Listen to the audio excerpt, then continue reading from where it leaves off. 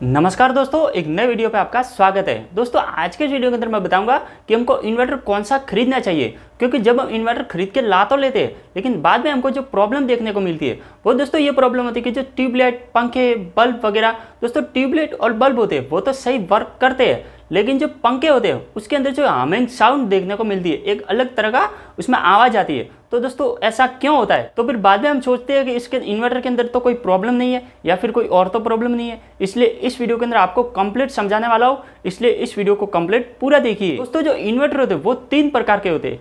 पहला होता है स्क्वायर वेव इन्वर्टर। दोस्तों जो हमारे इलेक्ट्रिक उपकरण, कोई भी इलेक्ट्रिक इक्विपमेंट होते हैं वो एसी सप्लाई के अंदर डिजाइन किए होते हैं। दोस्तों सप्लाई 2 प्रकार की होती है, एसी सप्लाई और डीसी सप्लाई। एसी सप्लाई जो हमारे गवर्नमेंट से इलेक्ट्रिसिटी आती है, जो हमारे घर के अंदर कोई भी इलेक्ट्रिक उपकरण चलाने के लिए यूज होती है, वो एसी सप्लाई होती है। और जो डीसी सप्लाई होती है वो बच्चों के खेलने के जो खिलौने हैं उसके अंदर जो म्यूजिक लगे हुए थे उसके अंदर छोटे छोटे चैल आते हैं, हाथ की घड़ी के चैल आते हैं, दीवार घड़ी के चैल आते हैं। और जो इन्वर्टर की बैटरी होती है उसके अंदर भी 12 वोल्ट की बैटरी होती है, वो भी डीसी सप्लाई होती है। और जो डीसी सप्लाई के अंदर हमको करंट नहीं लगेगा, उसके हाथ लगेंगे तो हमको करंट नहीं लगेगा, लेकिन जो एसी सप्लाई है उसको हमको करंट लगेगा। हमारे घर के जो इलेक्ट्रिक उपकरण है वो सभी एसी सप्लाई से डिजाइन किए होते हैं। दोस्तों जो एसी सप्लाई है वो इसकी फ्रीक्वेंसी होती है, यानी कि इसकी फ्रीक्वेंसी दोस्तों 50 हर्ट्ज, हमारे इंडिया के अंदर जो 15 हर्ट्ज हमारी फ्रीक्वेंसी होती है, यानी कि एक बल्ब है हमको साधारण ऐसे नहीं देखेगा, लेकिन दोस्तों वो 50 बार बंद चालू होता है, वो इतना जल्दी होता है कि हमको उसको आंखों से नहीं देख सकते। उसकी जो वेव है आपको साइड में दिख रही है तो वो इस तरह से दोस्तों रन करती है। और हमारे जो उपकरण है वो साइन वेव फ्रीक्वेंसी के हिसाब से डिजाइन किए हुए थे। लेकिन जो पहला इन्वर्टर आता था दोस्तों वो आता था स्क्वायर वेव इन्वर्टर। उसके अंदर जो प्रॉब्लम थी वो ये होती थी, जिसको हमिंग साउंड देखने को मिलता था और जो पंखे होते हैं वो ज्यादातर खराब हो जाते थे, ट्यूबलाइट, बल्ब वगैरह ज्यादातर उपकरण खराब हो जाते थे। अब जो स्क्वायर वेव फ्रीक्वेंसी है उसके अंदर दोस्तों ऐसे स्क्वायर के अंदर उसका पावर चलता था, ऐसे दोस्तों इस तरह से नहीं चलता, लेकिन उसके स्क्वायर के हिसाब से इस तरह से चलता था, तो उसके अंदर जो आवाज हमको देखने को मिलती थी। दोस्तों फिर पुराने वर्जन को फिर मॉडिफाइड किया और फिर मॉडिफाइड इन्वर्टर निकाला।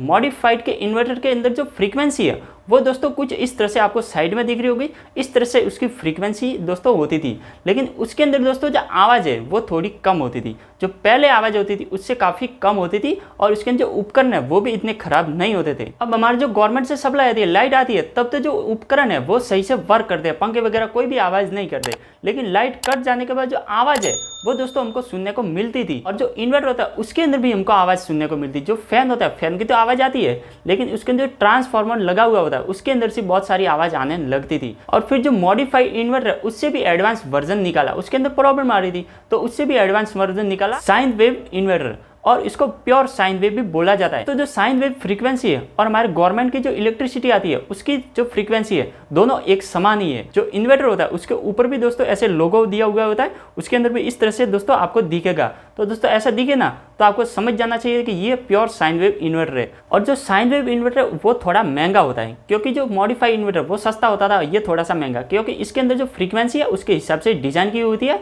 हमारे इलेक्ट्रिक उपकरण है उसके हिसाब से डिजाइन की होती है, तो फिर हमको जो आवाज़ है वो देखने को नहीं मिलती है। दोस्तों एक बात और बता दूं आपको कि जो हमारे घर के अंदर इन्वर्टर लगा हुआ है और जब लाइट चली जाती है तो दोस्तों पंखे वो कम स्पीड में घूमने लगते हैं, लेकिन जब लाइट आ जाती है तो पंखे फुल स्पीड में घूमते हैं, यानी कि दोस्तों वहाँ पर वोल्टेज होते हैं वो दोस्तों उसके अंदर प्रॉब्लम होती है, तभी ऐसा होता है। यदि हमारे घर के अंदर इन्वर्टर लगा हुआ है वो 200 वोल्टेज निकाल रहा है तो वो लाइट जाने के बाद कम चलेगा, लेकिन हमें इलेक्ट्रिसिटी आती है वो 220, 230 या फिर 240 वोल्ट निकाल रहा है, आ रही है, तो दोस्तों पंखे वो फुल स्पीड में घूमेंगे। लेकिन कभी कभी दोस्तों इसका उल्टा भी हो जाता है कि लाइट जब आती है तो पंखा कम स्पीड में घूमेगा, लेकिन जब लाइट चली गई और इन्वर्टर पे फुल स्पीड में घूमने लगता है तो वो भी वोल्टेज के हिसाब से ही होता है, यानी कि हमारे पोल से जो इलेक्ट्रिसिटी आती है वो 200 वोल्ट ही होती है और जो इन्वर्टर की सप्लाई है वो 220, 210 इस तरह से होती है। तो उसके अंदर जो वो वोल्ट के आपको मल्टीमीटर लेना है, उससे चेक करना है कि हमारे वोल्टेज कितने आ रहे हैं और इन्वर्टर के कितना वोल्टेज निकल रहा है, तो ऐसे में आपको मालूम पड़ जाएगा। उम्मीद है कि दोस्तों वीडियो अच्छा लगा हो तो लाइक कीजिए और मेरे चैनल को सब्सक्राइब जरूर कीजिए।